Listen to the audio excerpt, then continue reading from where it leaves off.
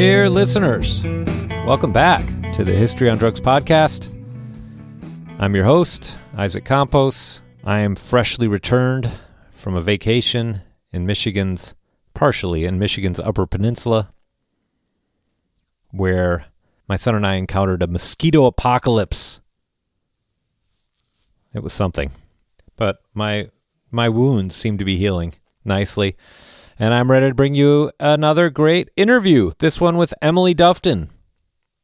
Emily is an independent scholar and historian. She's been writing about drugs for many years. Her first book, Grassroots, The Rise and Fall and Rise of Marijuana in America, is really your starting. If you're interested in the history of marijuana legalization, that's really your starting point. She tells that story from the 1960s to the present, through archival research, all sorts of great interviews, and so on. I really recommend that one. And her new book is another must-read for an issue of continuing importance in the United States of America and really worldwide. The book is called Addiction, Inc., Medication-Assisted Treatment and America's Forgotten War on Drugs, which tells the story of methadone maintenance and other forms of medication-assisted treatment in the United States, pretty much over the same period that her first book covered, from the 1960s to the present. There's some background there, but really the main moment is from the early 1960s until our current time. And Emily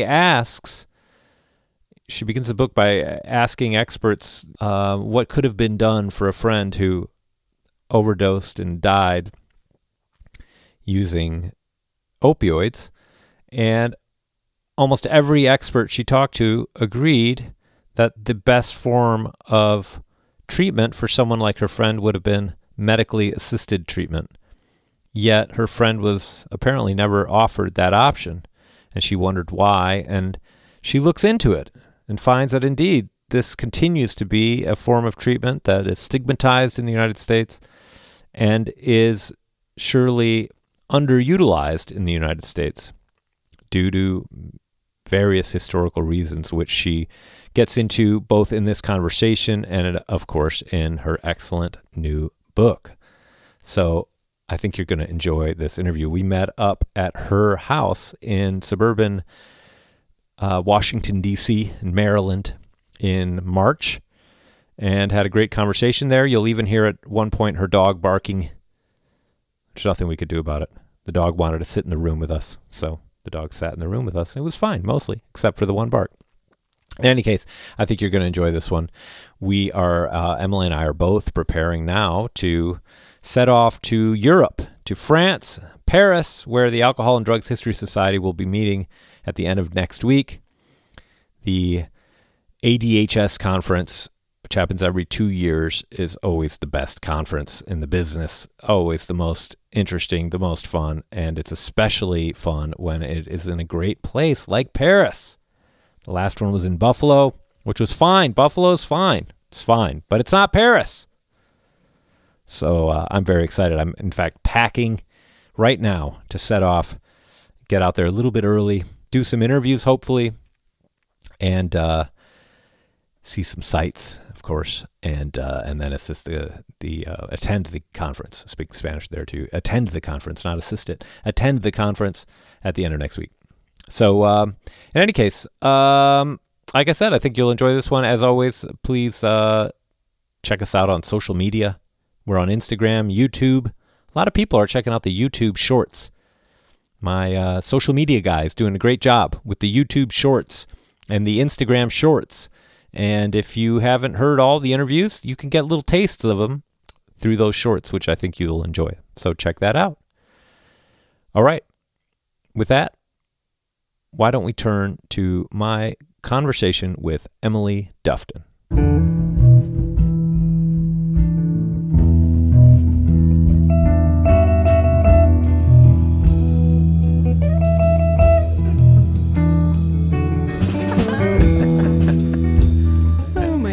Bless his heart. Well, good for him. Anyway, he found a lane. I've been looking at your book. It's great. Really enjoying it. Thank you. Are you excited? I don't know. Yeah. I don't know. Really? It's been such a long process. So it's finally coming out. And I don't know if it feels like a make or break moment. Yeah. Where it's like, because I'm doing this on my own. I'm an independent scholar. It's not like this is going to get me tenure anywhere or anything. Right. So it's like, if this does well, perhaps it lays the groundwork for another book and another book and another book. It's trying to build this writing career. And if it goes nowhere, because, grassroots didn't really go anywhere. So I'm like, oh no, then what have I spent the past 8 years doing? And I better find something that pays a little bit more consistent real life American dollars. Right. No, I understand that. That's a problem with being an independent scholar. Is that if you're not an independent scholar, if you're just a professor like me, it's like, well, you expect the book not to do anything at all. So it's just like, if it does too much, people don't take it seriously. So you gotta, in my world. That's the thing, right? Like, it's like my work has sort of consistently straddled that line between academic and commercial. So oftentimes I'm too academic for commercial and I'm too commercial for academic.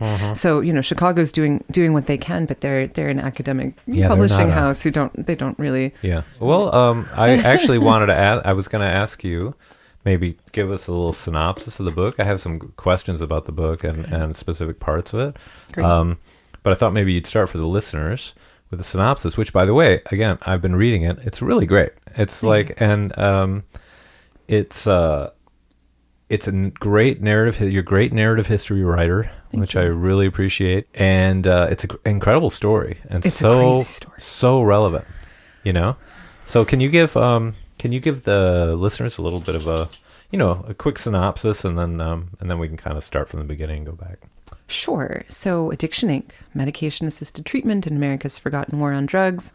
It's the history of the development of medication-assisted treatment, which is treatment that uses medications for opioid use disorder, the most current name for opioid addiction. This is a relatively small field of medicine. It's one that uses one of 3 FDA-approved drugs, methadone, buprenorphine, or naltrexone, to treat or prevent illicit opioid use, in combination usually with other forms of therapies. And I believe we'll probably get into how this field developed, but nationwide, some element of medication-assisted treatment has been available for roughly 50 years. And you came at this book like from a very personal place, right? I did. I wrote this book because my friend died. His name was Dana. He was a buddy of mine from back in Allentown, Pennsylvania, where I grew up. I was a few years older than him, but we performed in the plays together every fall and spring, and so we became good friends. And he delved deeper into Allentown's burgeoning drug scene after I graduated and left. So I didn't so much see his decline, but it happened over the period of about 15 years. I would say from about age 15 to 30, he was very involved and increasingly involved with opioid use, specifically pills. When is this? What year did you graduate from high school? Just so we have the 2001. Oh, okay. So you're 10 years younger than me. I'm 10 years younger than exactly, you. Yes. All right. So that's right in the wheelhouse of the opioid right in epidemic. The wheelhouse of, so if OxyContin debuts in 96, Allentown is uniquely positioned almost equidistant between Philadelphia and New York. Great hub for running drugs. Yeah. OxyContin and then all of the knockoff pills were fairly prominent in my high school. When I was there as well, although I was like the dork in the plays, no one was selling me anything like that. But right. But it was there, and it got increasingly more prevalent. And Dana was not alone in kind of experimenting with these substances and then becoming increasingly a more chaotic user of them. Numerous friends of ours had gotten into pill culture or a variety of other drugs. And, by the time I graduated from high school, and certainly by the time I graduated from college, and then as the years went on, as my fellow, high school alums, as we got into our 20s and early 30s, the deaths kind of started coming more rapid fire. Yeah. Either through overdoses or through, some kids were huffing, like a spray whipped cream can and crashed their car, and they both died. And then a lot of suicides after 10, 15 years of steady and escalating drug use. So for the most part, it was young men in Allentown, and they'd find themselves 30 years old, back at home, working dead-end jobs, living in their childhood bedroom, and they started killing themselves, really just very rapid fire. There was a couple of years where there's just a lot of suicides, and Dana was one of them. He had moved from Allentown to Colorado. that was where I think he experienced his most pronounced form of chaotic drug use. It was quite bad out near Colorado Springs. And then after a good friend of ours committed suicide after about 15 years of steady opioid use, he said, I can't do this anymore. He moved back home. He detoxed by himself. He went through withdrawal at home, and he seemed to be doing okay. And then he fell into a very deep depression, didn't leave his room for about 3 months, and hanged himself from a tree in the woods behind our old middle school. Yeah. It was just a really shattering death for me because Dana was so vibrant and so alive and so funny when he was alive. Yeah. And I missed him, and I was shocked by his death. And I thought, well, it's not just Dana, it's a lot of people. But Dana's death for me posed like a research question. When you have these friends who are just kind of like dropping like flies, what could have been done? Mm-hmm. And so being in the realm of ADHS among drug historians and scholars, and having made connections to doctors and researchers and things like that over the past couple of years, I polled them. And this was back in 2018. And they all said, oh, he should have been on medication-assisted treatment. And I said, sounds great. What is it? Yeah. Uh-huh. And they explained, and this is the term that was used in 2018.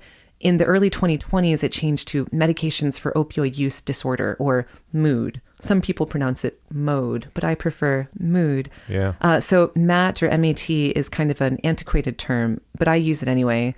And it's even kind of new, though, in some ways. I mean, back in the day, it was just people would talk about methadone. Because that was the only one. That was the only thing going on, yeah. And then once we had the addition of buprenorphine, and naltrexone is kind of included under this umbrella as well. Now today we have these medications to, as methadone and buprenorphine do, either control withdrawal symptoms. So Dana wouldn't have had to go through that detox in his room. He probably wouldn't have been plunged into this lengthy depression. Or in the case of naltrexone, a detoxified patient will actually be shielded from opioid use. So naltrexone is a medication that acts more like a prophylactic than a replacement opioid therapy. Right. But underneath this umbrella are these 3 drugs, FDA approved. They've been around for decades and decades. And every doctor I talked to said, rather than quitting cold turkey and kind of dealing with this system, or with the symptoms of withdrawal himself, he should have been placed on medication-assisted treatment. He should have been in a treatment program. He should have been receiving other therapies, and perhaps his end would have been a more positive outcome. And I said, yeah, that sounds like a plan. Yeah. Of course, he did not receive this treatment, and I wanted to know why. And so I plunged myself on an 8-year-long journey to figure it out. To figure out where medication-assisted treatment came from and how it failed my friend. Yeah. Can you, I'm sorry too, it's a horrible story. Can you talk about the time at Allentown? So I'm curious, I'm really interested in this from various perspectives, but do you remember when the pill culture started? Because like when I was in high school, so 10 years earlier, it was weed, LSD came back in the late 80s. And where were you in high school? And a little bit of cocaine in Southwest Michigan, Kalamazoo, Michigan. Yeah. Kalamazoo, beautiful Kalamazoo. And so the real partiers might take some cocaine and obviously alcohol, right? Almost no pills. Mm-hmm. I mean, I don't remember anybody from Kalamazoo that I knew taking pills. I knew I had one friend who had moved away who was into pills, but that was it. Do you remember the pills like coming on the scene Right. Well, I mean, while you were in high school? I mean, if you're a decade before me, that's late 80s, early 90s. And there aren't really, I mean, there's so much opiophobia at that point. Doctors aren't prescribing them. They don't want anything to do with them. And so if I'm in high school in the late 90s, early 2000s, yes, did I see it? No. Right. Yeah. Because I was the dork. The theater kid or whatever. The theater kid. But was it there, and did people talk about it? And did we know the people who were selling them? Did we know kind of the trajectories and trafficking routes upon which these pills followed? Yeah, you for did. sure. Oh, yeah. And I went to a small high school, right? Like I think my graduating class was about 128 people. So we all knew each other. And so it was very clear who was using and who wasn't. But I heard from friends afterwards that, kind of once my class graduated and as it got further into the early 2000s, pills became much more prevalent and much more available. But really among my friends, I mean, it was alcohol, a lot of alcohol, and weed. And that was pretty much it. Yeah. Yeah. Mm-hmm. Which is pretty typical. Pretty What's Allentown like? I mean, I only know it from the Billy Joel song. Yeah, that's right. Which is about Bethlehem, but Bethlehem doesn't rhyme with as many things. Is that really true? Yeah. Bethlehem Steel built the Empire State Buildings. That's where the steel factories are. But Bethlehem rhymes with... Yeah, Allentown sounds way better. I know. So wait, so then I really don't know anything about Allentown. So what's Allentown like? Allentown is the third largest city in Pennsylvania. Uh-huh. So take that for what you will. When I was growing up, it was still pretty thriving. It has really kind of... I mean, the downtown has been rebuilt. It reminds me a little bit of Detroit's downtown. Mm-hmm. You know, now it's like, oh, there's shiny buildings and all that. But the mayor was indicted on corruption for reasons leading to that revitalization. During the decades, you know, when I grew up, it was doing very well. We had a lot of industry. There was nearby Bethlehem Steel. There was Mack Trucks. There was a lot of manufacturing, a large healthcare center. We had Dorney Park and Wildwater Kingdom, where I worked as a caricature artist when I was 16. So, I mean, you know, but there was a lot there. There were a lot of people. Yeah. How many people? What's the population? Over 100,000. I mean, there's a lot of colleges. There's a lot of some universities. Okay. You know, there's stuff there. Yeah. It has declined dramatically in recent years with the closure of Bethlehem Steel, with the closure of a lot of other manufacturing hubs. Yeah. The largest employer now is the Lehigh Valley Hospital System, but like Mild Elementary School closed because there just wasn't enough kids to go.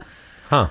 So it's a place that dealt with a lot of very like firsthand witnessing of the effects of deindustrialization on what were formerly, you know, thriving small American cities. Yeah. And then they just kind of get like the life and the money gets sucked out of them, and it's replaced with really easy access to drugs. Yeah. Because as we said before, Allentown is right in between Philadelphia and New York. And so an absolutely wonderful trafficking hub. Yeah, sure. Yeah. Very convenient. Great to sell drugs in Allentown. Yeah. Jeez. Okay, so you go back and start doing this research. You've previously written a great book on the history of cannabis. And where do you start? Like, how do you go back and start looking at the origins of methadone, or what? Where does this begin? I did. So this is actually, if you're familiar with Michael Massing's The Fix, sure, of course. Mm-hmm. I kind of feel like Addiction Inc. is the second book to come out of Michael Massing's The Fix. Because it's in The Fix where it was one of the first places I read about the parent movement. Yeah, which you wrote about in the first book. Right, and he writes about that. But I sort of wondered, well, what happened to the parent movement? And, you know, there was my dissertation, and then there was the first book. And Massing writes about the Nixon administration's sort of embrace of MAT, of methadone and treatment and demand reduction services in 1971, and the rise of methadone clinics. And then I wondered, well, what happened to them, right? Massing's book is now over 20 years old. I think it was the paperbacks from 2001. So he didn't quite follow through of what happened to those methadone clinics after they were nationalized and sort of spread nationwide in the early 1970s. So that was where I started. I was like, well, I know a little bit about this, right? Because when the doctors and researchers were explaining to me, you know, methadone, buprenorphine, naltrexone, that would have been a good start. I certainly knew about methadone because it was very hard to write about drugs in the 1970s without coming across the word methadone. Sure. So I saw it and I remembered it and I reread the Massing passages and I thought, okay, this is where methadone begins. It's, you know, it's kind of out of the Nixon administration. And so I started by getting in touch with Jerome Jaffe, who was Nixon's drug czar. Yeah. And he was so mean to me. No way, really? The first 6 times I talked to him, wow, I would get off the phone and cry because he was so defensive and grouchy. He's a very grouchy guy, but he's like a big grouchy exterior with like a warm, gooey caramel center. He's so lovely. When he sufficiently hazed me and decided to bring me in, but I had tried to interview him over and over. I was like, well, you know, what is this methadone thing? Where did this come from? What did you do during the Nixon administration? What's going on? And he would answer my questions, but he would also tell me how little I knew and what a fool I was. Yeah.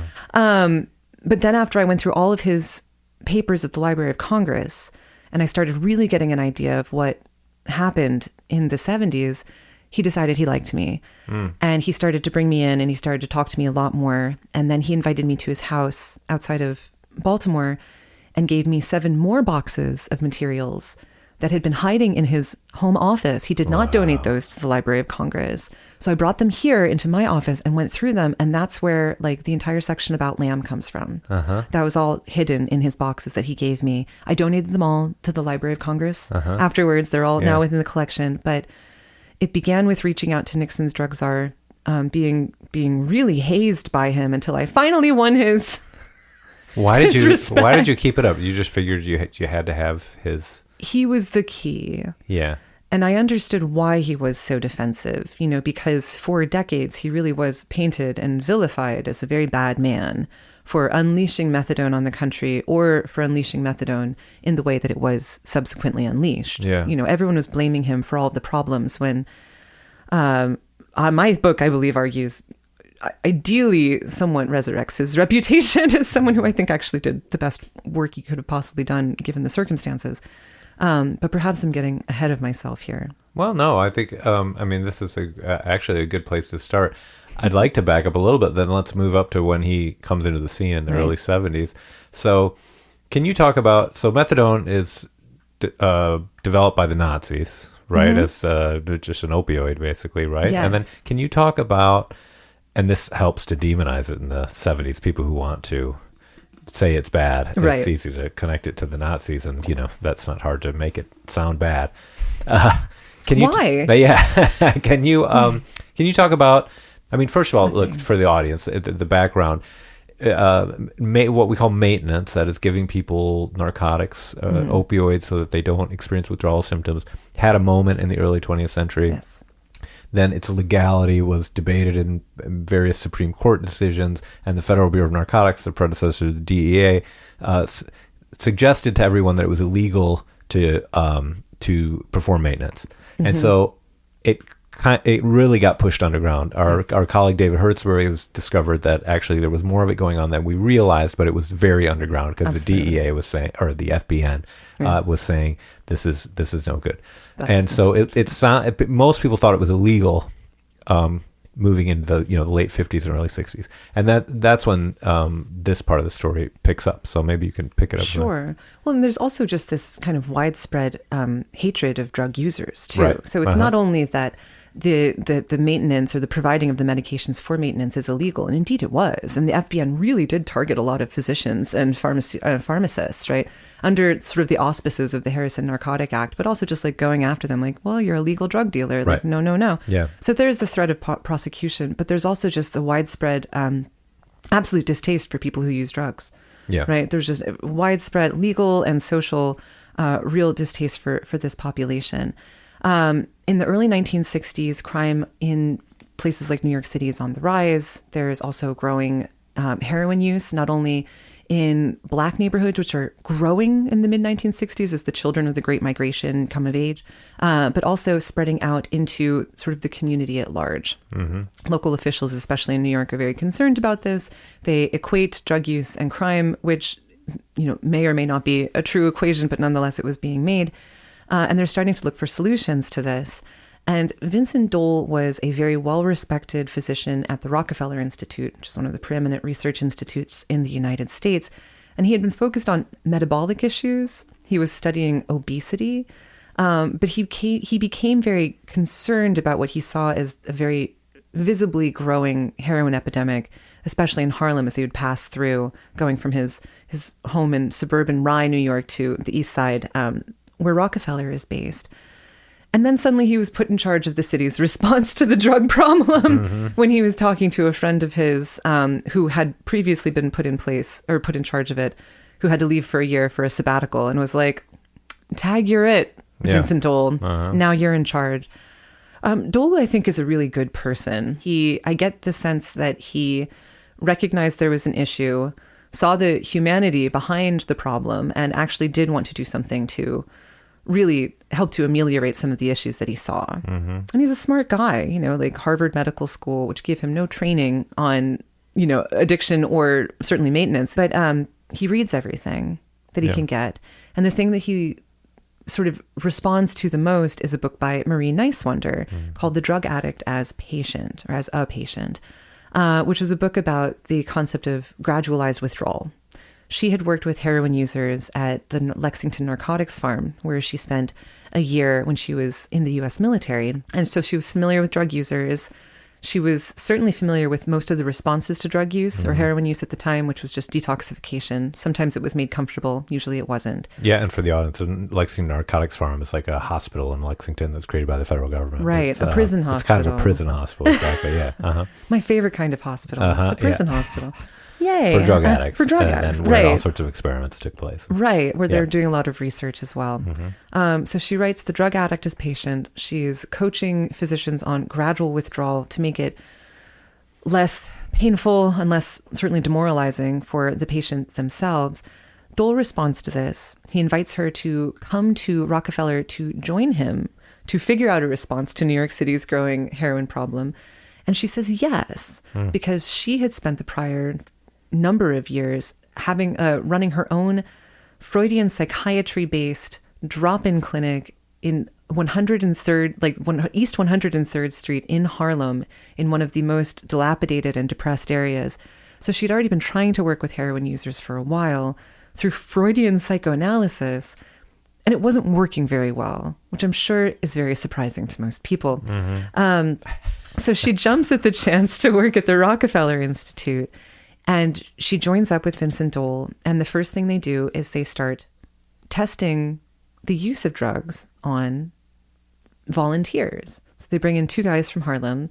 They start testing them with heroin and morphine to see how long it lasts.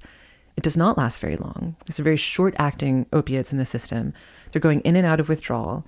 And one day, to calibrate the experiment, they say, well, we'll use an equivalent dose, a very high dose of methadone, and see if that holds off withdrawal symptoms for a while. And I think they gave them between 80 and 120 milligrams, and their withdrawal symptoms were controlled for 24 hours. Yeah. And they thought, perhaps we're onto something here. Right. So they run a series of small experiments. The first 2 people were very successful. I think they run it with about 20 some more. And that's essentially the origins of methadone maintenance in New York City. Well, and what kind of results did they see? They isn't it that they said that people were like almost instantaneously transformed, within the course of a week, like they'd stop looking gaunt. They start talking about getting a job, all sorts of things, right? This is what they reported. Right. And to a trained Freudian psychoanalyst, like, she's thrilled. Like, Marie Nyswander is thrilled because she's looking for those personality changes. She's looking for the evolution of the person and their being and their personality. So she's thrilled with it. Dole is thrilled with it because he is of the mindset that most problems are metabolic anyway. And so he believes that if someone has used opioids for long enough, their brain is so fundamentally changed that they need this daily dose of methadone to replace that level of opioid to prevent withdrawal. Right. And it's no different from a diabetic patient taking insulin. They're really kind of the first people to make that comparison, which we hear so much about methadone or buprenorphine today. It's just like taking insulin. And, it was 1964 when Dole and Nyswander were making that exact comparison. They were the first. Yeah. We can credit them with that with that analogy. And they get a ton of press. They publish a scientific article on this, right? And then they get a ton of press. There's like a New Yorker profile, isn't there, of a Nyswander, and there's so this starts to become kind of the big thing. At the same time, I mean, this is also the same time that treatment, what are they called? Treatment community, therapeutic communities. That's it. Therapeutic communities start to, Synanon and this sort of thing starts to become also popular. So you have these kind of 2 threads going on at that moment, right? There's a number of changes happening, right? The U.S. is, I do think that we're living through a particularly chaotic era.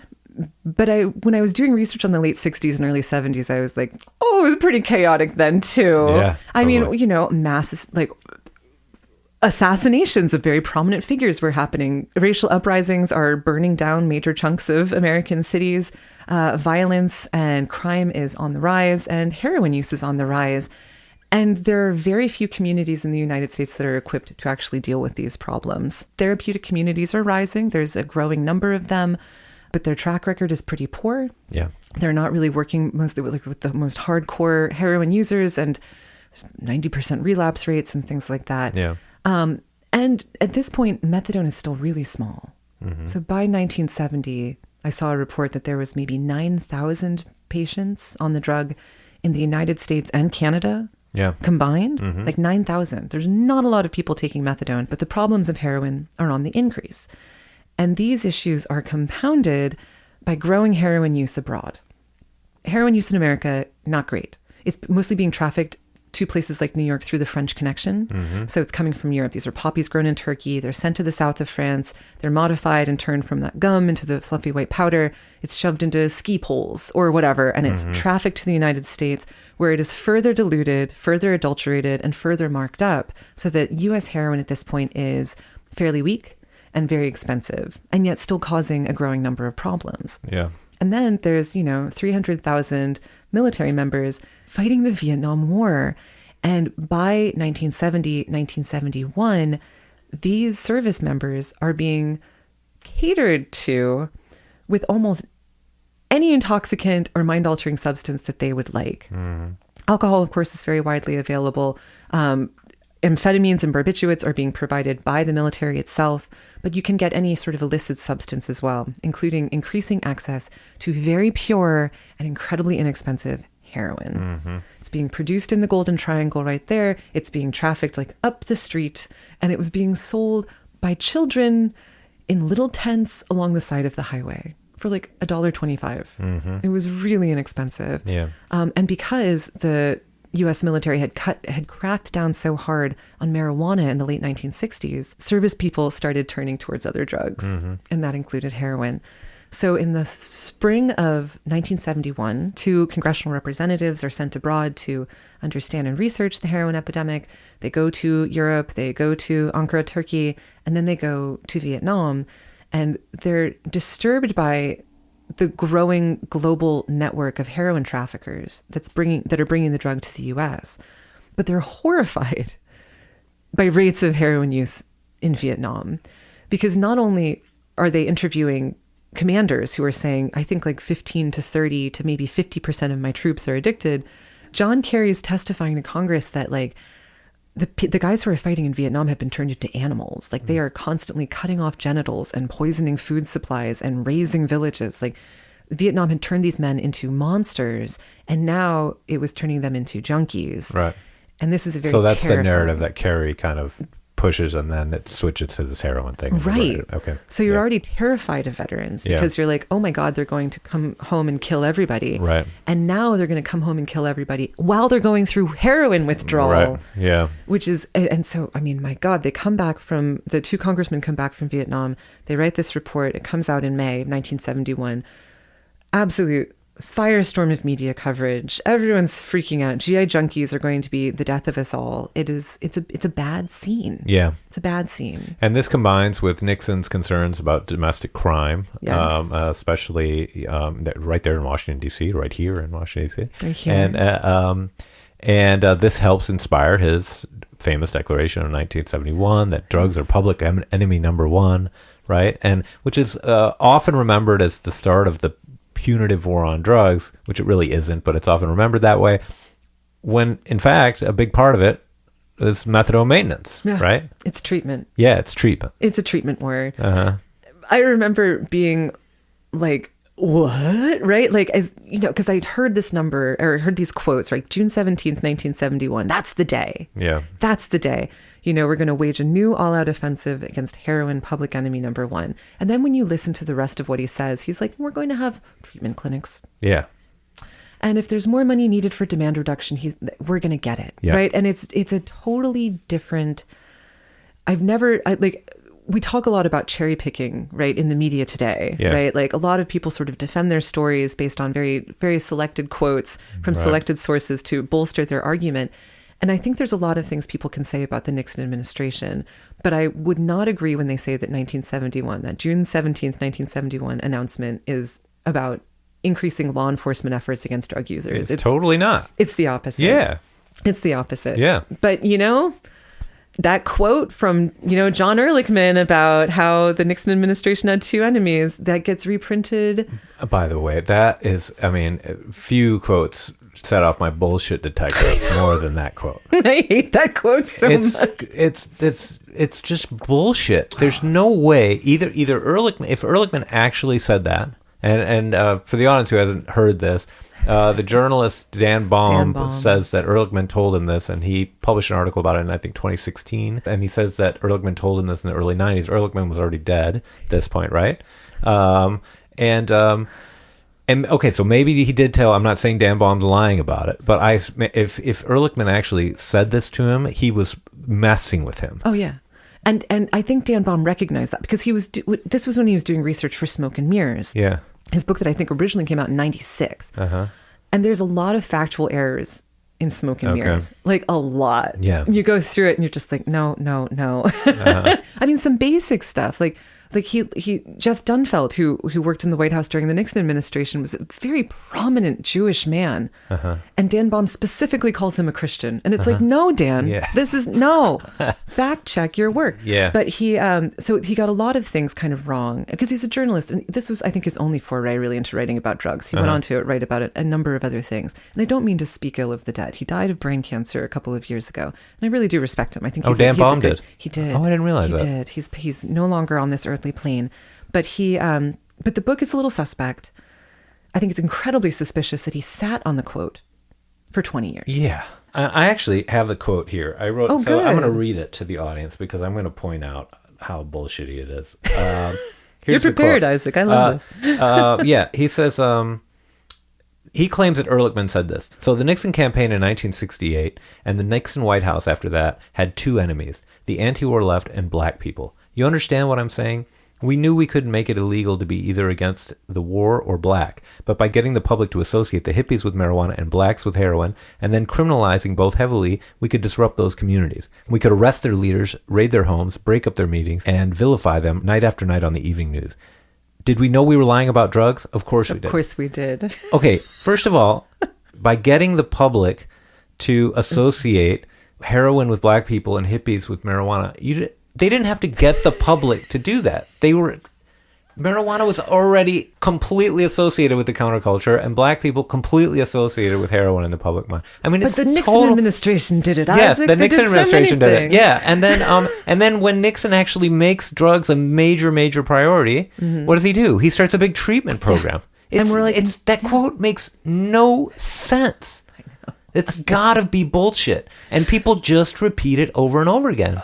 Oh, because it's the smoking gun. Yeah. Right? It proves what we knew all along. And it's my God, it drives me crazy. It drives me nuts because I'm like, the drug war you're fighting against by using that quote as your shield, I agree, should be fought against. The racist, carceral, punitive drug war.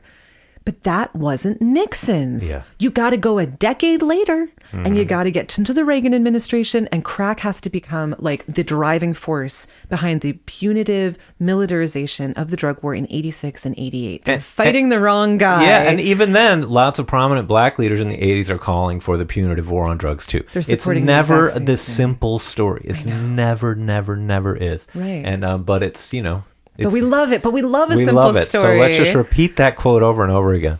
Where are we? So yeah, 71. Oh my God. So June all right, 71. so June 71. Nixon calls for this treatment. Mainly, I mean, he's not sympathetic to drug users in any way, but he sees this as a way of lowering crime rates, right? And he's convinced of this by various advisors, right, at that time. And this gets us back to Jerome Jaffe, right? This is when Jerome Jaffe enters the scene. Can you talk a little bit about him? And Sure. And then maybe after that we'll jump forward to the aftermath, because that's kind of the really new part of the story. Totally. Yeah. So after the election in 68 to June of 1971, Nixon's focus is on lowering crime, especially in places like D.C., and he does focus more on arrests, and he does focus more on law enforcement, and he replaces all the street lights in Washington, and he increases the number of judges who are hearing all these drug cases, and the jails are filling and the prisons filling, but it's not bringing down crime. Yeah. So he's very frustrated by this, and he's also very concerned about the veterans who are returning. And he's very concerned about the 1972 election, which is at that point less than a year and a half away. Yeah. So he knows he has to make good on his promises to bring down crime. He now knows he needs to stop the incoming avalanche of addicted veterans coming in from Vietnam. And he has a real time frame to do that. It has to happen very, very rapidly. And luckily, up to this point in spring of 1971, he's had these two very dedicated aides in the White House two very young men named Jeff Donfeld and Bud Krogh. Bud Krogh might be a familiar name to some of your listeners because he was involved in the plumbers and the Watergate scandal. He was the one who directed the plumbers to go in and raid the DNC offices in the hotel. And I think to steal Daniel Ellsberg's psychiatrist papers from Los Angeles. So, he was doing some shady things as well. But they were both Bud Krogh and Jeff Donfeld were very invested in the drugs and crime problem. They wanted to do something that would actually solve the issues, and they wanted to do something that would do it quickly and rapidly. They had grown weary of America's previous response to opioid use, to heroin use, which was psychotherapy, detoxification, or therapeutic communities. None of these programs worked very well. Relapse rates were very high, and they were very expensive. Yeah. They heard word of methadone treatment, not only from Dole and Nyswander up in New York, but Robert DuPont was running a very prominent system here in DC called the Narcotics Treatment Association. And there's this guy named Jerome Jaffe in Chicago running the Illinois Drug Abuse Program, which was a series of methadone clinics and therapeutic communities and detox centers and counseling sessions and drop-in clinics, everything all throughout in the state of Illinois by 1969, 1970. Yeah. So they know that the Nixon administration is looking for a new approach. They know that something new needs to be tried. Donfeld and Krogh believe very strongly in methadone. They think it is the treatment format that has the most reliable decreases in crime and increases in the creation of good, tax-paying, law-abiding citizens. And methadone is cheap. It's a generic drug. It's manufactured at that point by Eli Lilly. It costs 13 cents a dose. And so they're the ones who are really pushing Nixon to take on this new approach to drug addiction. Yeah. Let's not keep focusing on cops. Let's not keep focusing on arrests. Let's not keep focusing on law enforcement. It hasn't worked in DC. It hasn't worked nationwide. We have hordes of addicted soldiers arriving. 1,000 men are being discharged every day. We have to act fast. Methadone is new by 1970, 71. Remember, there's 9,000 people on it nationwide and in Canada. But they're like, we got to do something. This has promise. Let's try. Yeah. And so Jerome Jaffe is plucked from Chicago. He's brought to basically the Oval Office, and he is told 2 weeks before that June 17th announcement that he is now in charge of an executive level office tasked with reducing crime and heroin use in the United States. Yeah. Congratulations, you have the job. And you tell a great story about this, that when he first meets Nixon, he's not expecting to meet Nixon, right? He's just, what is he wearing? He's wearing I think he calls it a schleppy wash and wear suit and a psychedelic tie that his teenage daughter had given to him. And he has sideburns down to his jaw. Like, he looked crazy. Yeah. Especially from Nixon's point of view. Nixon's point of view. But and he had been advising Donfeld and Krogh on, well, this is what you would do. And he wrote a report and he's like, I could do this for, $50,000. We can get 50,000 slots and blah, blah, blah. Or 500 slots. And he did not realize what was happening. Yeah. He was simply brought back to Washington every couple of times and sat down in the West Wing and was like, this is your job now. Good luck. Yeah. It was very surprising to him to suddenly become the leader of Nixon's new drug war. Right. But he handled it, the way he handles most everything. He was a little grouchy, and then he just, knuckled down and got to work. Oh, that's hilarious. All right, so methadone has its moment. It seems like it's a success at first, but it has a lot of critics too. And this kind of kills it, and that not completely kills it, but makes it, ensures that it's not going to become more widespread. Can you talk just a little bit about what the criticisms are and how, it starts getting a bad rep? Sure. There's multiple criticisms. Everybody hates methadone. I don't think that there's a single medication in the world that is absolutely as despised as methadone. So what Jaffe's office does is called the Special Action Office for Drug Abuse Prevention, or SAODAP. And they're tasked with funding as many sort of nationalized treatment clinics as they can open nationwide as rapidly as possible to get people into treatment so that they stop stealing and committing crimes to acquire drugs. He buys up all the wait lists on the standing methadone clinics and then partners with as many people as he possibly can to open new ones. There's not a ton of people who are interested in this at first. but slowly clinics start to open. They are immediately sites of controversy. Neighborhoods don't like them. They don't see them as something that is helping the drug problem. They see it as increasing the drug problem, because here is essentially federal officials that are being funded by the federal government handing out a free narcotic to a drug-using population. This is very scandalous. Yeah. Most of the clinics are in minority neighborhoods, even though the demographics of methadone users are actually fairly equally spread. It's about 40% white, 40% black, 20% Latino, numbers that actually remain true today. They've stayed relatively stable over the past couple of decades. Neighborhoods don't like them. Patients don't particularly trust them. There's a lot of black communities that think that government-sponsored clinics handing out a free narcotic in black neighborhoods is an extremely suspicious activity. Yeah.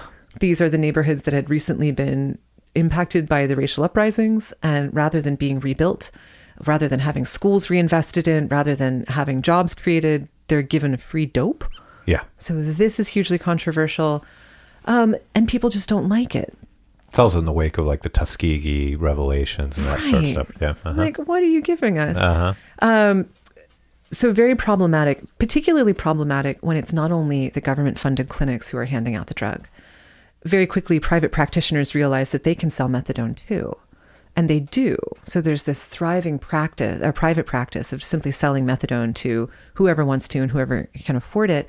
And this, of course, leads to diversion and rising rates of methadone overdose deaths that come at the same time. There's actually a heroin panic. So people are using more methadone than they would have been normally.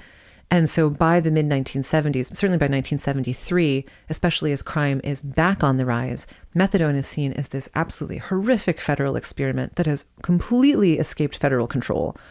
SEODAP is a growing organization. They have a staff of over 100 people, and it's not law enforcement officials. It's not police. These are psychiatrists. These are psychologists. These are doctors trying to respond in a medical way to the problem of heroin addiction. But it's a big problem. They're not seasoned bureaucrats. They're expected to achieve instantaneous results in crime reduction and drug use. Yeah. And they don't really have control over either the clinics that they're opening as rapid fire as they can, or the private practitioners who are simply selling this drug that is very powerful. Yeah, sure. Right? Like if you have 30 milligrams of methadone, just a low dose for anyone who's on maintenance, like you would die. Yeah. You would overdose and die. So it's not something that... the drug itself does pose some public health problems, and suddenly it was widely available in a fairly uncontrolled way, and people really didn't like it from social, philosophical, and medical viewpoints. And so it falls out of favor in the mid-70s. People continue to use them, be treated this way, but it also, they pass a law that you can only get it from official clinics, right? You can't get prescribed by private practice. So that also makes it, it makes you have to go line up to get your methadone dose and that sort of thing. So people don't really want to do that every day. Yeah. So, and this is really the deal, for what, another 30 years or something, right? Like when do things start to shift back to interest in what we now call MAD? Well, I guess they call it something else now, but they started calling MAD in the 2000s. There have been a couple of waves of shifting feelings about it. The first was in the wake of HIV/AIDS, where not only was the virus being circulated through sex, but through shared needles. Yeah. Intravenous drug users were some of the largest populations struggling with HIV in the late 80s and early 90s. And at this point, what fascinates me is that HIV is so in control today. Yeah. Like you can get on PrEP, you can get on these medications that either prevent you from even getting the virus or keep it so low that it's non-detectable. Whereas in 1988, if you got HIV, it was a death sentence. You were dead in like 15 months. Yeah. And it was a miserable, awful death. Yeah. So the fact that we've sort of corralled HIV is an amazing sort of scientific evolution that we've gone on. But back in the day, when it was an absolutely horrific disease and it was killing, hundreds of thousands of people, methadone was briefly revitalized as a way to get people off needles and to decrease the spread of HIV. Yeah. So there was a little bit of a pickup. The federal government actually reinvested in it a little bit more after Reagan had completely divested from methadone clinics in the 80s.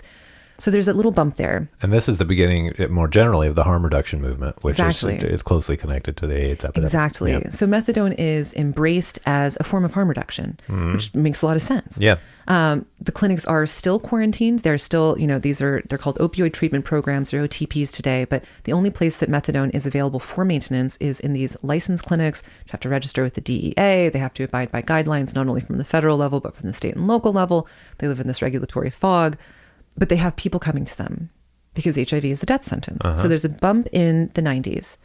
And the bigger change came during the pandemic, like 5 years ago. Really? Yes. Yeah. When one of the biggest complaints methadone patients have is that it's very difficult to get access to take-home doses. Yeah. So one must go to the clinic every day, before dawn, to dose if you don't want to have to go back to the illicit system. And that doesn't matter if the clinic is an hour away or in a really shady part of the city, or if you have mobility issues. Like, you get there and you dose, or you don't dose. Yeah. And then you go into withdrawal. It's a horrible catch-22, but it takes patients an incredibly long time to earn the right for take-home doses. At one point, it took, I think, 2 years to get up to 6 days a week. So you're still going to the clinic once a week. Yeah. It was a long time. But during COVID, to prevent both the spread of the disease and also to finally, I think, allow patients some semblance of like normality. Normality. Yeah. And the sort of agency over their medication taking, patients could immediately receive either 14 or 28 days of take-homes, depending on the level of stability, and I use that in air quotes, that the medical director deemed them to have. Yeah. But you could immediately, like, rather than having to go every day for like the first 3 months or 6 months or a year or whatever, patients could immediately get these longer periods of take-home doses. That was kind of a blip on the radar. They did officially become part of the federal regulations a year later. I believe it was I think in like 2024. But states don't have to abide by these regulations. SAMHSA's regulations are simply suggestions. There's no enforcement authority on SAMHSA's part.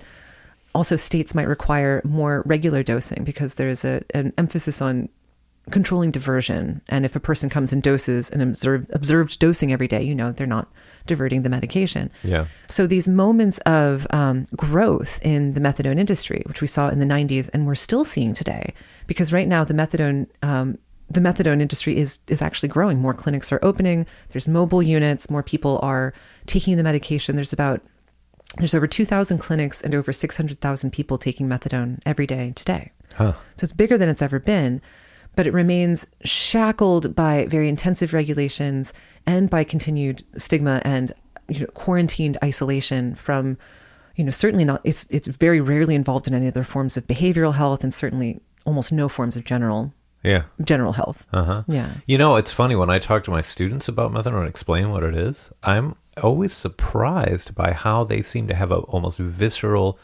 negative reaction to the idea that you would be given another opioid to deal with opioid addiction. Wow. I'm always surprised by this. They go, oh, well, that doesn't sound so great. And it never struck me that way. It always struck me as like, well, this is a great way to keep somebody can just stabilize and they can have a normal life. And who cares if you got to take this thing every day, right? But there is a lot of stigma out there, A lot of stigma. There's a lot. I mean, I think about it like I take a thyroid pill every morning because my thyroid stopped working about, 20 years ago. Yeah. So every morning I wake up and I take my little pill. And it prevents, and like it replaces the hormones my thyroid would make and refuses to. Yeah. And I feel like it's absolutely equivalent to methadone. Yeah. And yet half my students are taking their ADHD medicine too and everything else, right? Yeah. But my medication I pick up once every 3 months from CVS, and it costs $4.98 for my jar of 90 pills because it's generic and easily available. Yeah. Whereas, methadone is actually, like, especially for people who are paying out of pocket, it's relatively expensive. It's become expensive. Why has it become expensive? Because people can charge for it. You charge what people will pay. Oh, jeez, God. You charge what people... The beauty of the American healthcare system. God, yeah.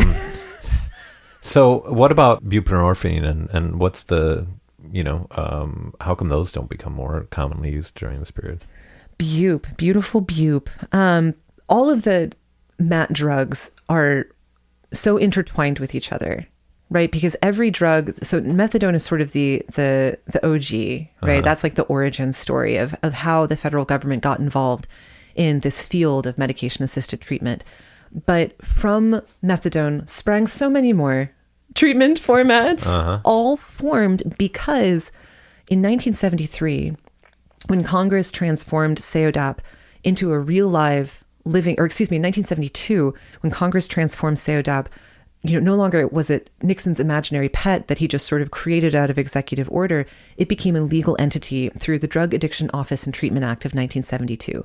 Bipartisan support, overwhelmingly passed, but it made Ceodap real. It turned into a real boy. It was a real office with a sunset clause that it would no longer exist by 1975, and in 1974, the National Institute on Drug Abuse would be created instead, NIDA, which we all know and love today. Yeah. So NIDA would show up about 6 months before Ceodap was set to expire. Ceodap would transfer all of its responsibilities to NIDA, and NIDA would now be in charge of the nationalized clinic treatment system. It would be in charge of all of the policy recommendations that Ceodap had to do, and it would be in charge of research and development for more and better addiction treatment drugs. Ceodap and Congress alike were not satisfied with methadone itself. There was interest in antagonists. There was interest in further addiction medications. There was interest in medications for addictions to substances beyond heroin and opioids. So Ceodap and then NIDA was congressionally mandated to pursue this research into continued addiction treatment drugs. And that's where all of the rest of them come from. That's where we get naltrexone. That's where we get LAM. And that's where we get buprenorphine for maintenance treatment. Buprenorphine might be better known to your listeners as Suboxone. That's the commercial name. It's been around for over 20 years, but it's an old drug. It was developed in, I believe, 1966 in England with Reckitt and Coleman's staff of like 2 chemists that they had, because Reckitt and Coleman was a British grocery manufacturer and distributor. They made Coleman's mustard and Mop and Glow and Lysol and Woolite. And they had 2 like medications, 2 like aspirin-based medications, one of which had a little bit of codeine in it. By the mid-1960s, people are complaining about the effects of this codeine, right? They don't like the effects of it. They specifically don't like its abuse potential. So Reckitt and Coleman is looking for alternatives of opioids that they could put into their small line of pharmaceutical products. And they come across this substance that they call buprenorphine, and it seems to be perfect. It seems to be the holy grail of opioids. It doesn't seem to have any abuse potential, and it doesn't seem to cause overdose or withdrawal. What its founder, John Lewis, calls it, he calls it a partial opioid agonist with a built-in ceiling effect. So buprenorphine is still a synthetic opioid. It's still, derived, I believe, from T-Bane or opium poppy or wherever it comes from. It's very powerful. It's about 40 times stronger than morphine, but it has this built-in ceiling effect. So while it's a powerful analgesic and prevents, the mind from feeling pain, it does not cause those same decreases in respiration and heart rate that full agonists like methadone or heroin or fentanyl do. Lewis found this out by testing it on himself. The old school way to do it. The old school way to do it on like a weekend at Loch Lomond, as one does when you're in the UK. And he's like, it's great. He felt nauseous. He vomited a few times. But when he woke up in the morning, he was like, I've found it, the holy grail of opioids. And so they start sending it to the ARC, the Addiction Research Center at the Lexington Narcotics Hospital Farm. It's, Lexington plays a big role. And there, our good friend Donald Jasinski starts experimenting with it. And he actually just passed away last year, too. So we're losing all of the greats. He thought that it had some potential as an analgesic. And by the mid-1970s, it's for sale in Europe and the US as an analgesic. But it doesn't sell very well. It's not very potent.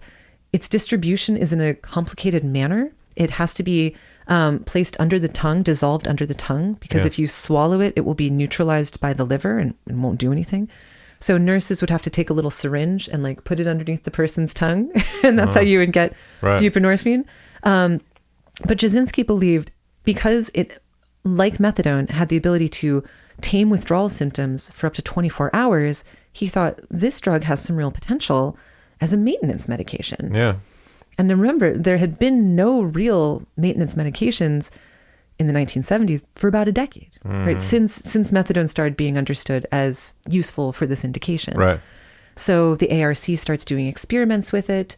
They're all going very well. And then the federal government starts to become more interested in it by the 1990s. Huh. And so what happens? How come it doesn't catch on? As you point out in the book, it's with your friend and with so many people. It doesn't go very far. Yeah. There's one person beyond Donald Jasinski at the ARC.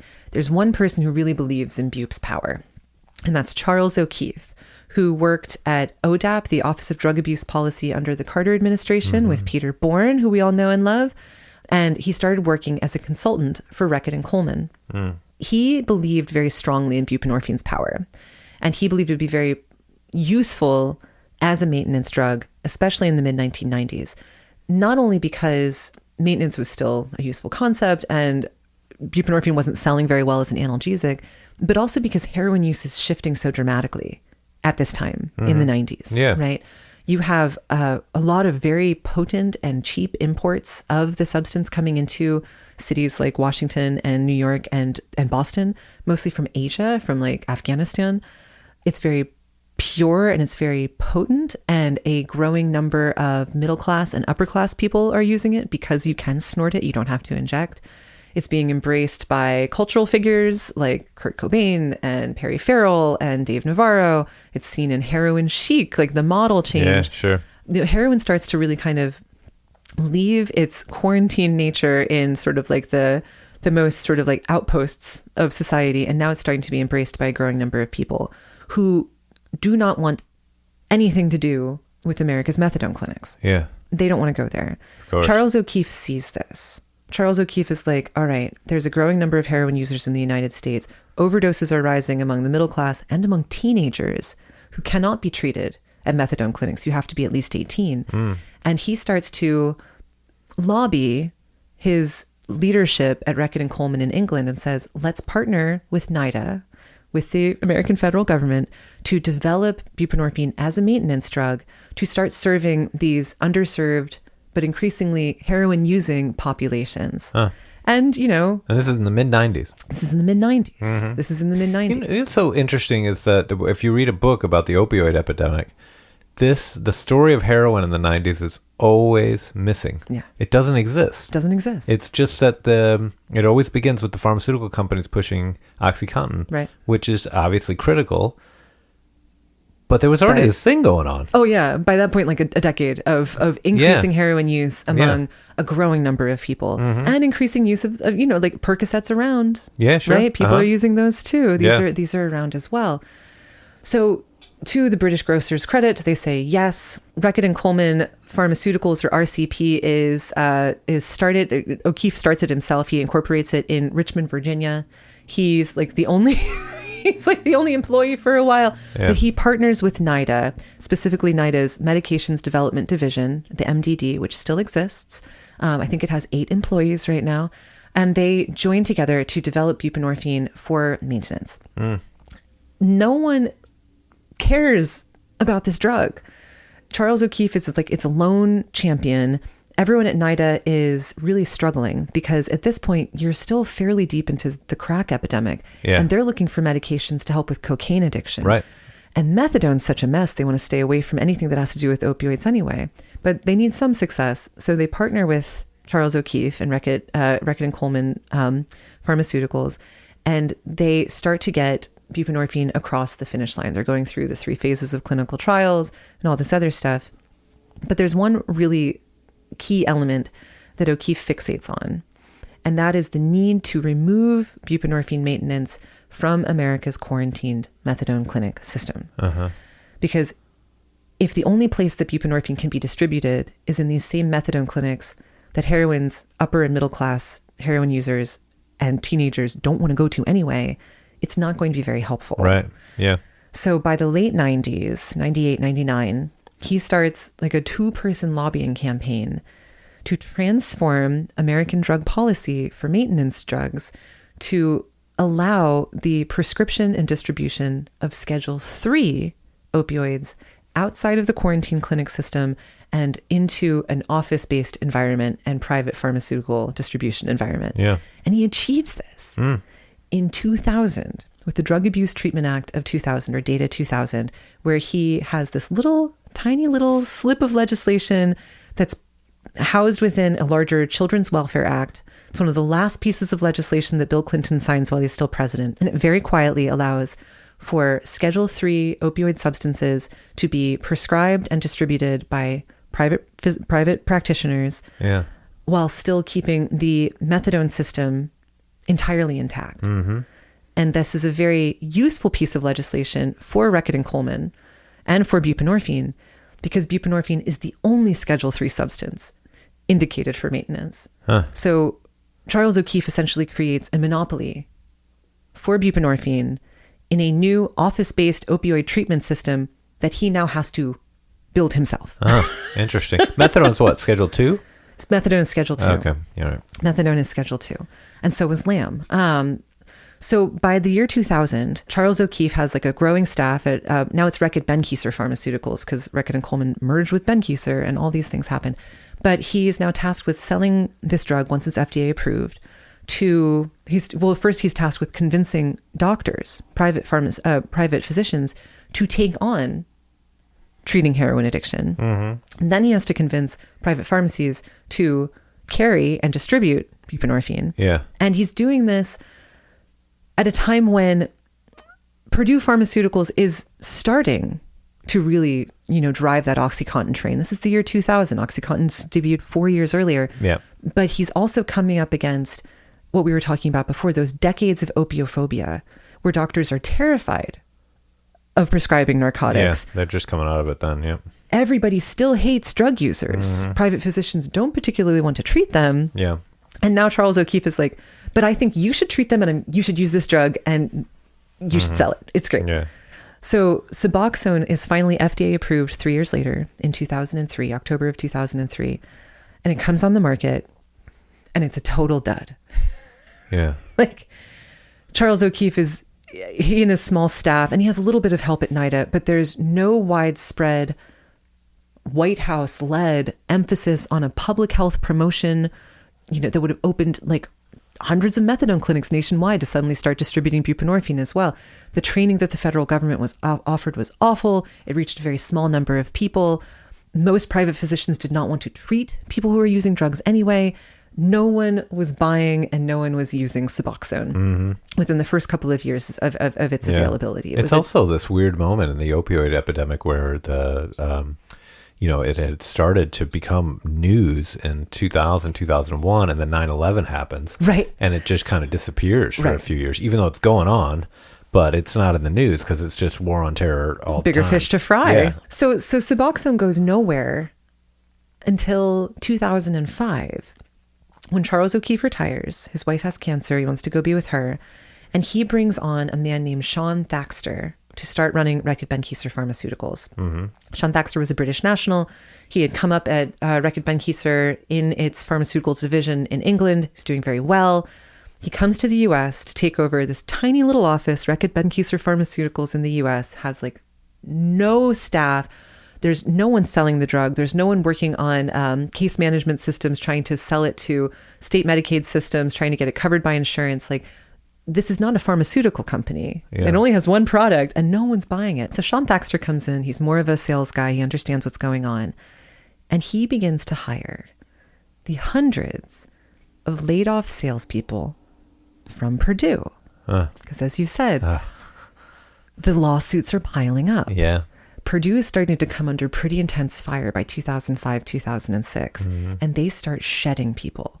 They lay off sales forces. They lay off managers. And Shaun Thaxter scoops them up. Wow.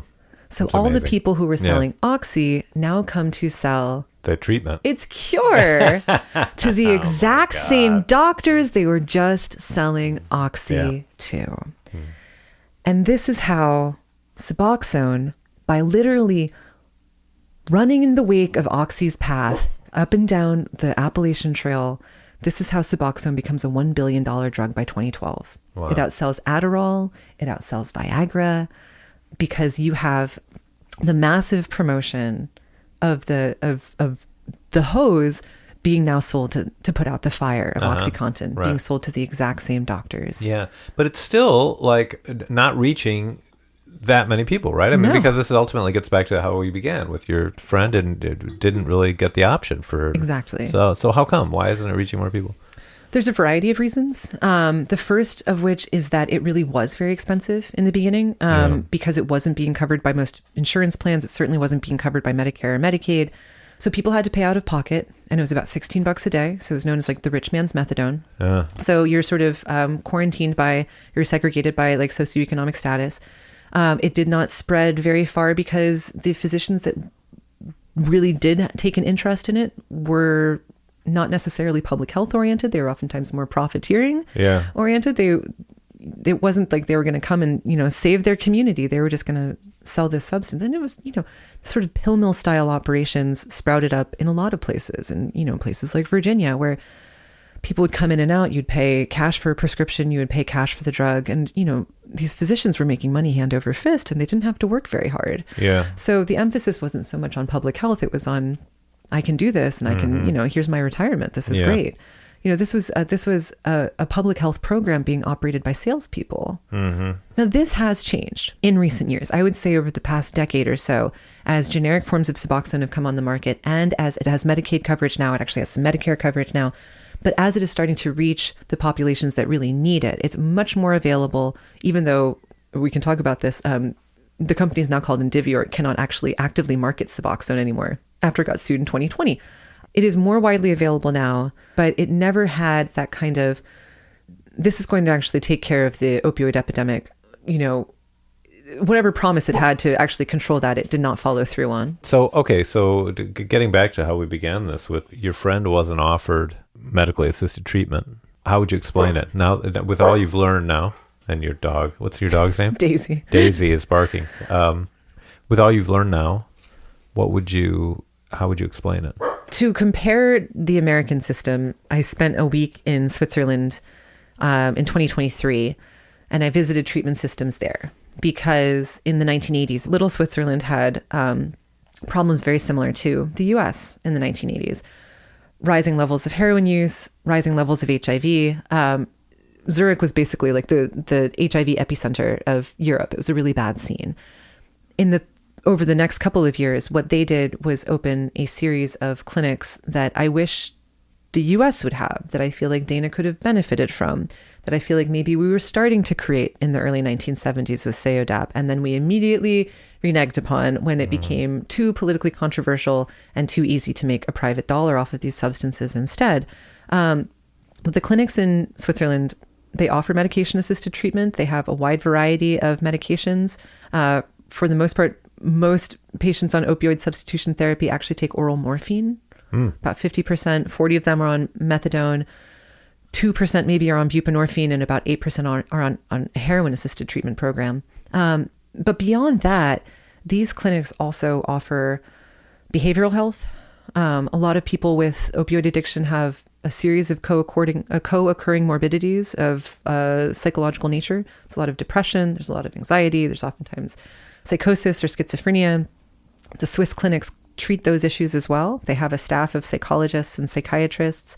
When patients go to pick up their medications, they can also pick up their psychiatric medications. Yeah. These places are also general practitioners. They have dentists. They have gynecologists.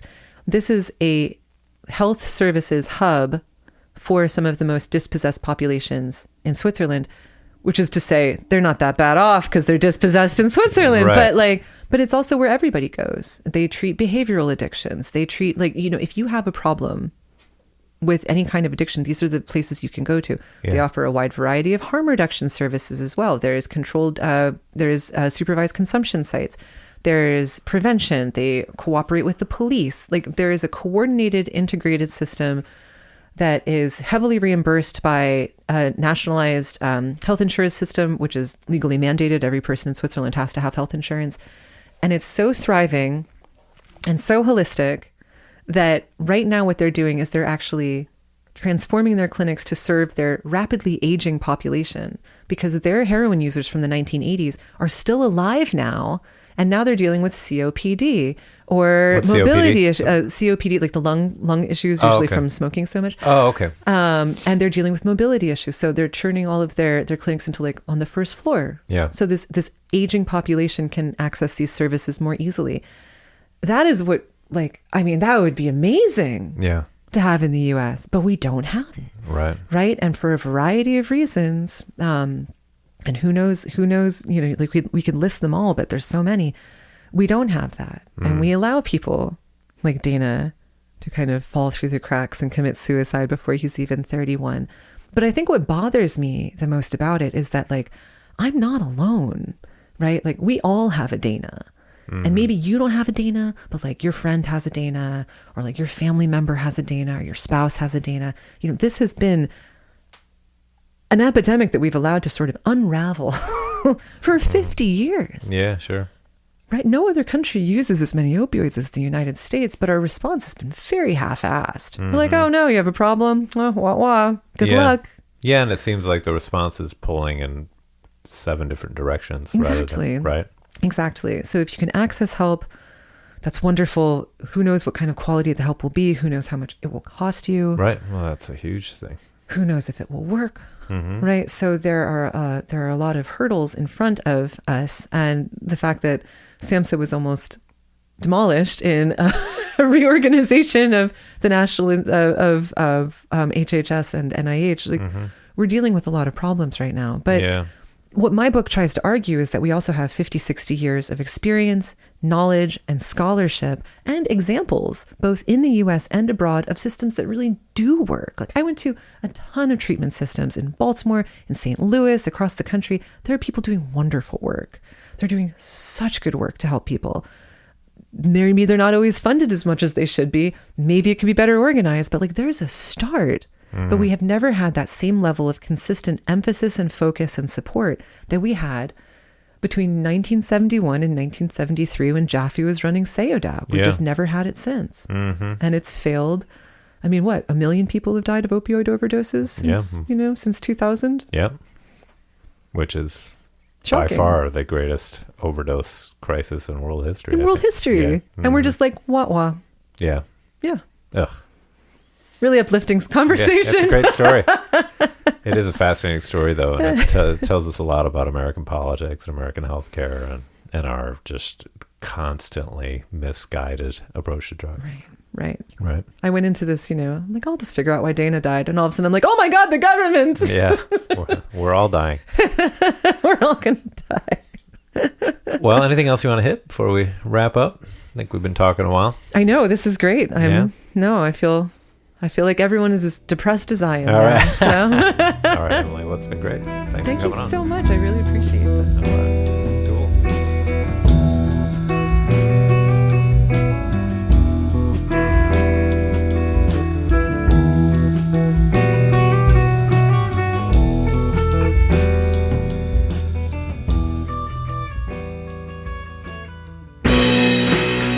All right, there you go. Another quality conversation. I hope you enjoyed it. I hope you learned something. Thanks to Emily for having me out to her house. Thanks to her dog for hosting as well. And if you want to do a little reading from Emily's book before you go out and buy it, check out the Substack newsletter, the History on Drugs Substack newsletter, where we're going to be posting some stuff from Emily drawn from this excellent new book. In the meantime, I hope you are enjoying your summer. It's not quite summer yet. 6 days from when I'm recording this. Probably 5 days from when you hear it. It will be summer. So I hope you're enjoying things. And stay safe. Stay healthy.